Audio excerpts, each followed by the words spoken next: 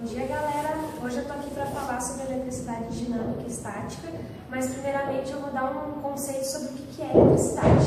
Eletricidade nada mais é que o fenômeno físico associado a cargas elétricas estáticas ou em movimento. Bom, eletricidade dinâmica.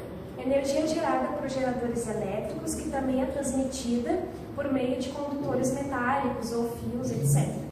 Bom, já a eletricidade estática é gerada por um atrito entre dois corpos isolantes, ou seja, quando um objeto é esfregado no outro, até mesmo como o movimento da nossa roupa, né? Enfim.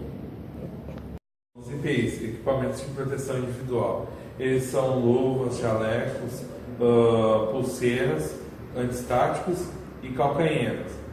Como a nossa colega Denise falou, a eletricidade estática é gerada através do atrito dos corpos isolantes e fica armazenado no nosso corpo. Na falta desses equipamentos, podemos efetuar a descarga da eletricidade estática encostando a mão na parede ou até mesmo trabalhando com os pés descalços. Bom, agora a gente vai falar um pouco sobre estabilizadores. Os estabilizadores são equipamentos eletrônicos responsáveis por corrigir a tensão da rede elétrica para fornecer uma alimentação estável e segura, protegendo o seu computador contra sobre- e subtensão. Uma rede elétrica estável, filtrada e protegida. O estabilizador aumenta a vida útil do aparelho, reduz a queima do equipamento, mantém a rede elétrica estabilizada, atenua ruídos, interferências e descargas atmosféricas. Os estabilizadores são divididos em 3 grupos. Estabilizador mono, aquele que recebe uma tensão e mantém a mesma. Transformador é aquele que recebe uma tensão, mas a transforma em outra, geralmente de 220 para 110. E o dual é aquele que recebe uma ou outra tensão e libera uma ou outra tensão da mesma forma. No break-on-line. No break-on-line são aqueles que, quando há uma queda de energia na entrada do no-break, a tensão de saída das cargas não é interrompida, pois a tensão de carga fornecida, ora pela bateria do inversor e ora pelo conjunto rede elétrica inversor.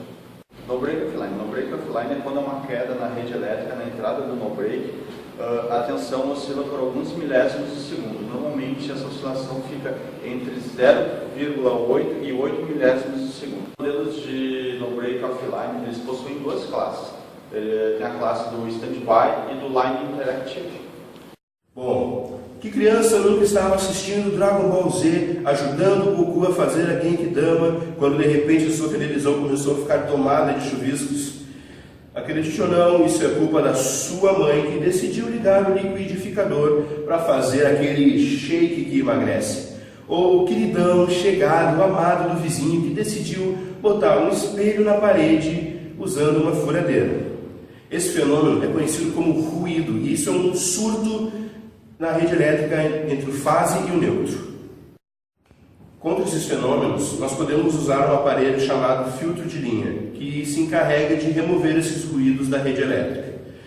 Ele se contenta em 2 modos, o modo diferencial e o modo comum. Basicamente, o diferencial é como citado no exemplo acima. Ele é usado contra surtos da rede elétrica entre o fase e o neutro, quando a sua mãe liga o liquidificador ou aquela madeireira da esquina usou os motores por muito tempo. O modo comum já é mais para quando cai um raio, alguma coisa que não pode ser controlada por você. Vou falar agora sobre fonte de alimentação. A fonte de alimentação é um dispositivo responsável por fornecer energia elétrica aos componentes de um computador. Existem 2 tipos de fontes, a AT e a ATX. Fontes AT. Nas fontes AT, que são bem antigas, o conector que era plugado na placa-mãe era dividido em 2, chamados de P8 e P9.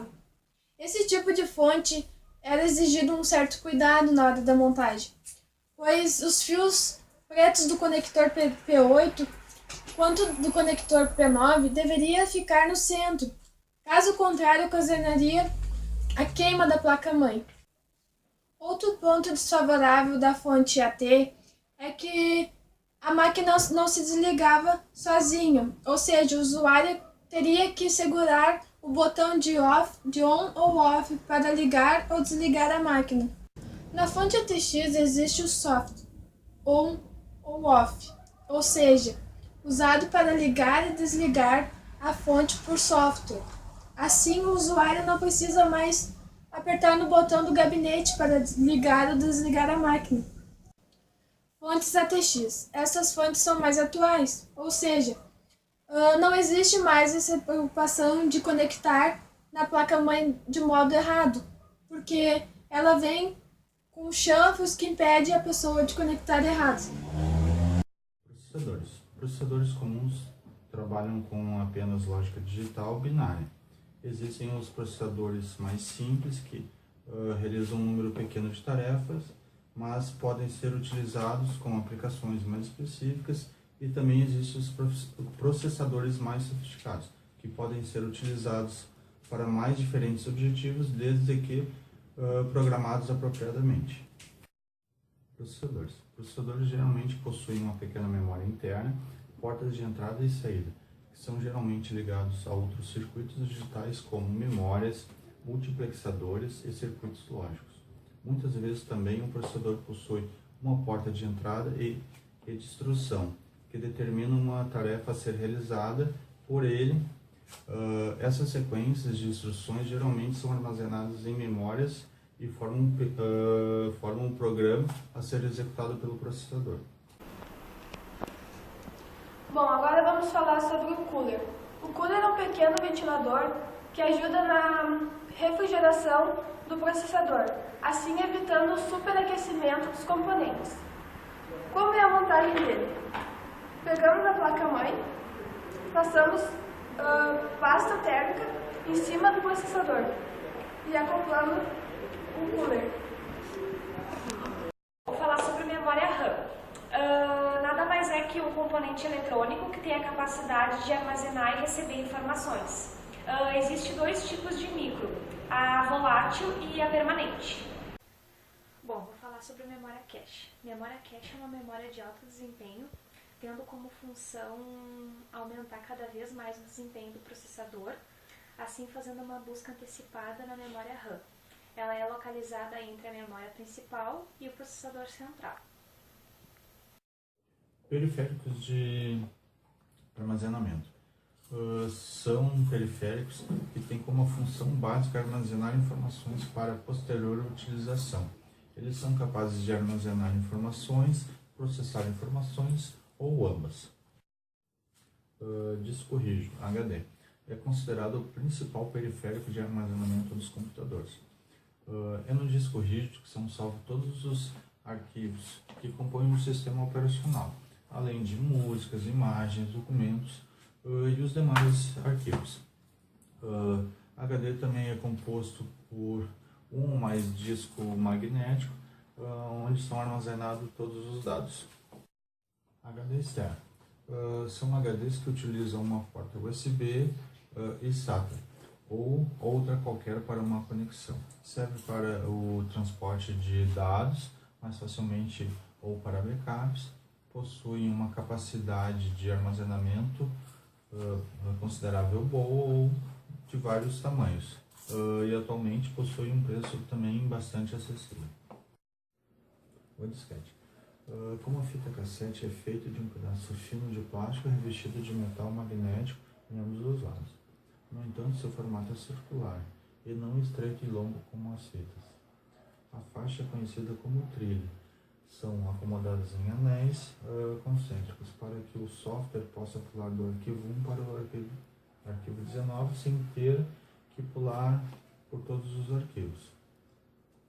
O disquete gira como um disco e as cabeças movem-se para a trilha correta, proporcionando um armazenamento de acesso direto.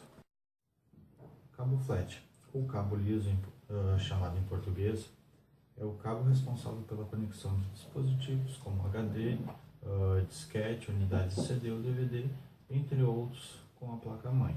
Os cabos flat são formados por fios que são unidos paralelamente.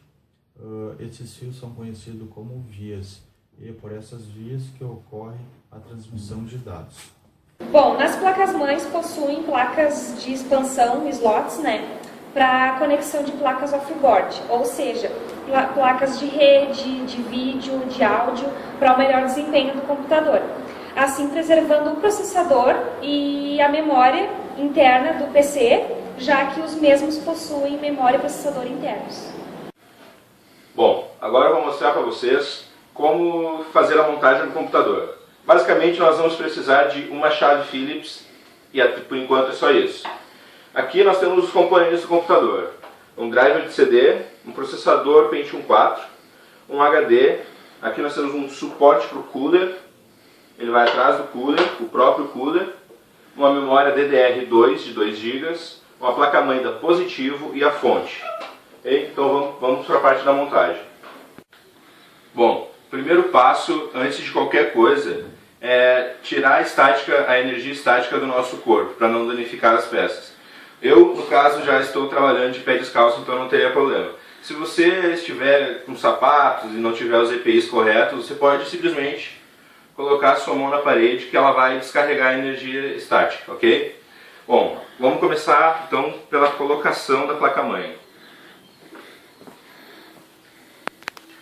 Lembrando sempre de pegar a sua placa-mãe pelas extremidades ou pelo dissipador de calor, pelas entradas e tudo mais, para que não ocorra descarga de energia e não queime a mesma.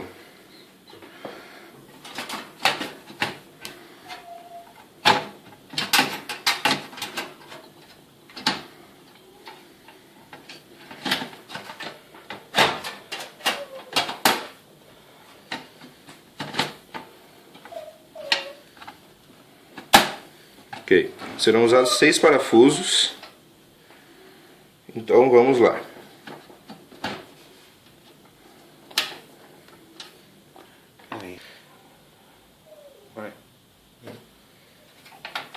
Vamos então começar.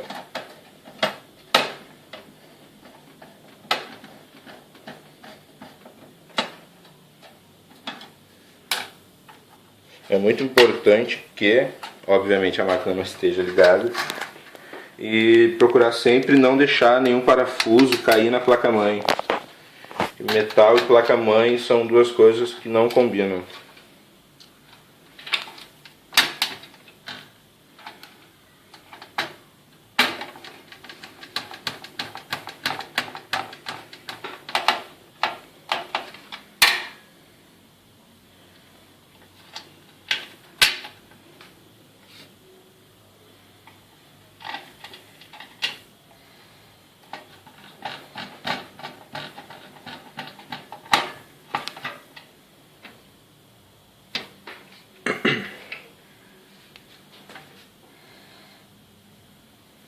Mãos grandes também não combinam com parafusos pequenos.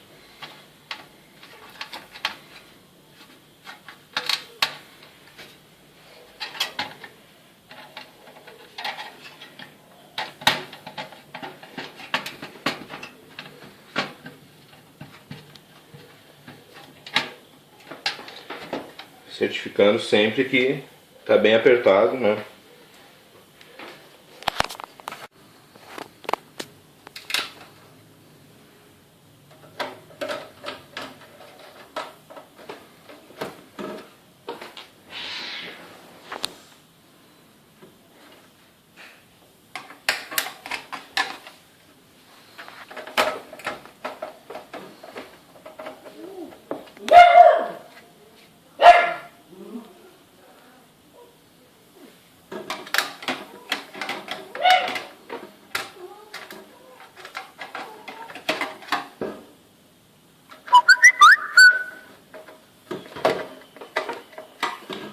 Depois que a nossa fonte está colocada, nós precisamos conectá-la à placa-mãe. Temos o nosso querido IDE. Podem ver, se eu não me engano, são 20 pinos. E também é impossível de ser colocado errado. Então vamos conectar nosso cabo de energia na nossa placa-mãe.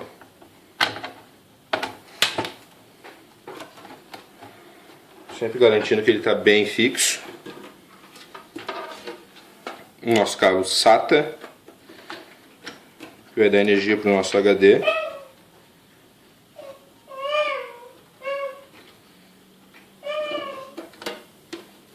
Ok. E temos também outro cabo SATA, que seria o cabo de dados do nosso HD.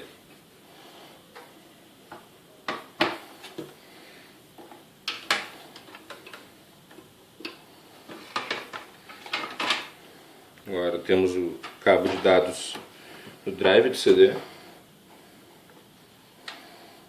Mas antes, vamos colocar o cabo de força SATA do drive.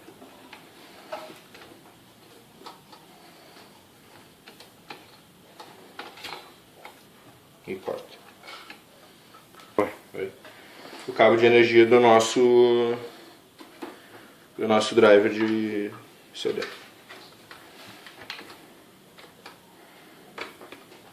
Colocado o cabo de energia, vamos botar o cabo de dados.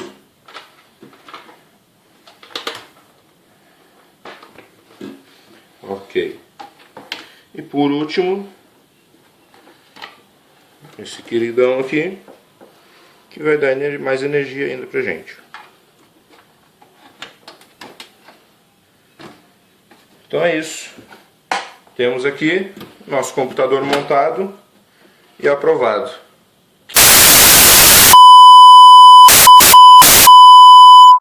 Vou falar sobre eletricidade, que nada mais é que um fenômeno físico. 11 EPIs, equipamentos de proteção. 11 EPIs, equipamentos de proteção. Temos na cara, de novo. No break offline. No break offline é quando há uma queda na entrada. No break online. No break online é aquele que quando há uma queda na entrada na rede elétrica. Os estabilizadores são divididos em... No break online. No break online é aquele que quando há uma queda. Falei que não mexe, senão vai cair. Se basta. Você fica mexendo. Bom, que criança jamais... Não consegui falar. Eu ia falar um bagulho. Como eu estava falando para vocês, o filtro de linha é responsável pelo quê? Pela remoção de ruídos da rede elétrica. Ele é dividido em diferencial e comum, tá? Valeu. Fontes atuais. Essas fontes são as... Meu Deus do céu! Bom, vou falar agora sobre o cooler. O cooler é um pequeno ventilador que ajuda na refrigeração dos componentes, assim evitando o superaquecimento dos componentes. Placa de vídeo. Placa de vídeo é responsável pelo desempenho do computador